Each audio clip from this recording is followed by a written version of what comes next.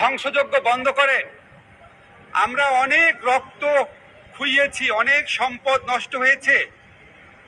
আপনারা প্লিজ লুটতরাজ, আক্রমণ, অগ্নিসংযোগ বন্ধ করেন। আমি বঙ্গভবনে আশেপাশে আছেন তাদের কাছে দু একটা কথা বলতে চাই। আমাদের যারা কোটা সংস্কার আন্দোলনের নেতা আছেন, যাদের কাছে আমরা প্রত্যেকে কৃতজ্ঞ, তাদের সাথে যোগাযোগ করার চেষ্টা করা হচ্ছে। তারা আসলে তাদের সাথে সকল ব্যাপারে আলোচনা করে সিদ্ধান্ত নেওয়া হবে। তাদের মতামতকেই সব ব্যাপারে প্রাধান্য দেওয়া হবে, তাদের সাথে কথা বলা হবে। আমরা এর আগে এখনই কয়েকটা কথা আপনাদের শুধু বলতে চাই।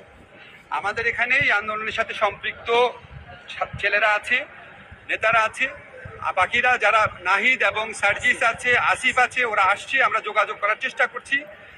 কিন্তু আপনাদেরকে এই মুহূর্তে যেটা বলতে চাই, প্লিজ ধ্বংসযজ্ঞ বন্ধ করেন। আমরা অনেক রক্ত খুইয়েছি, অনেক সম্পদ নষ্ট হয়েছে। আপনারা প্লিজ লুটতরাজ, আক্রমণ, অগ্নিসংযোগ বন্ধ করেন। আমি বঙ্গভবনে আসার পথে আমি অনেক ফোন পেয়েছি, কান্না করছে এক মহিলা, কান্না করছে এক লোক। প্লিজ, যেই সমস্ত খারাপ কাজকে আমরা ঘৃণা করি সেগুলি নিজেরা কেউ করবেন না। যারা করে তাদেরকে বাধা দেন।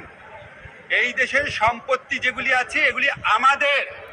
এখন তো আমরা যেরকম সরকার চাই, ইনশাআল্লাহ সেরকম একটা সরকার গঠিত হবে। এই সম্পদ তো আমরাই ব্যবহার করব। আজকে যে নাহিদ আছে, সার্জিস আছে বা আসিফ আছে, ওরাই তো এই সংসদ ভবনে বসবে এক সময়, ওরাই তো এই দেশটা চালাবে। আমরা আর কতদিন বাঁচবো? আপনারাই তো বাঁচবে। নতুন প্রজন্মে যারা আছেন সবার কাছে বলেন আর রাষ্ট্রীয় সম্পত্তি ধ্বংস না।